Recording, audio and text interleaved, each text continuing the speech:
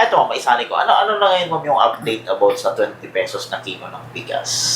Marami namang ano, and then narinig niyo naman na siguro yung na-approve na yung P20 na Rice for All program.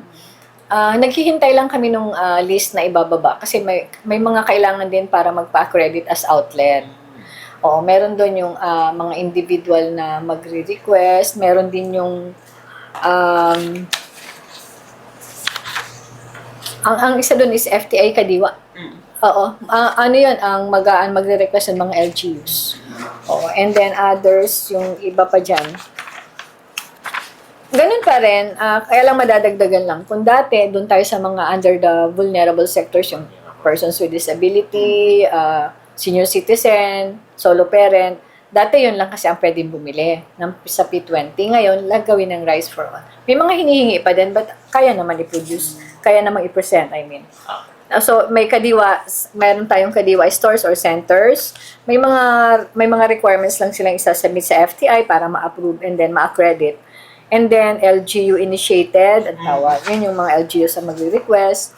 Tapos yung FTI accredited retail partners, yung mga magkakaroon yata ito ng memorandum of agreement. And then ang isa nila dito binigay na example, just like yung similar to MOAS with 7-Eleven, parang nagmowa na ang 7-Eleven and then Mary Mart, mga ganun.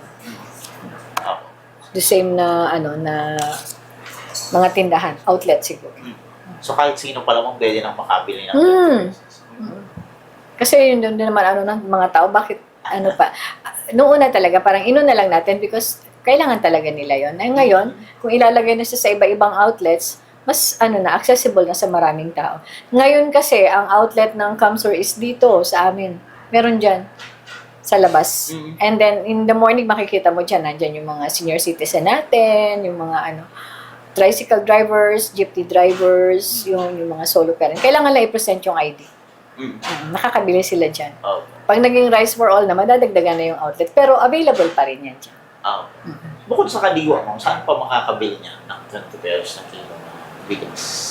Pag nag-Rice for All, yun yung mga sinabi ko kanina, yung magre-request ng mga LGUs na kadiwa, makakabili sila doon. That would depend kung saan nila ilalagay yung outlet. Tapos yung mga kagayang ng 7-Eleven. 7-Eleven naman kahit saan, di ba, sumusulpot. Marami naman yan. And then yung, yun nga, yung sa kadiwa. So, yan mo, may hinihingi pa rin ng mga requirements. Oo, may sasubmit silang requirements sa FTI kasi FTI ang nag-accredit. Once na ma-accredit yan, bibigyan na lang kami niya ng list. And then sasabihan kami na etong outlet na to authorized bumili ng ganitong number of bags, i-issuehan lang namin yan. Ang coordination is with FTI. Tapos ang coordination naman ng pag-release ng stocks is between FTI and NFA.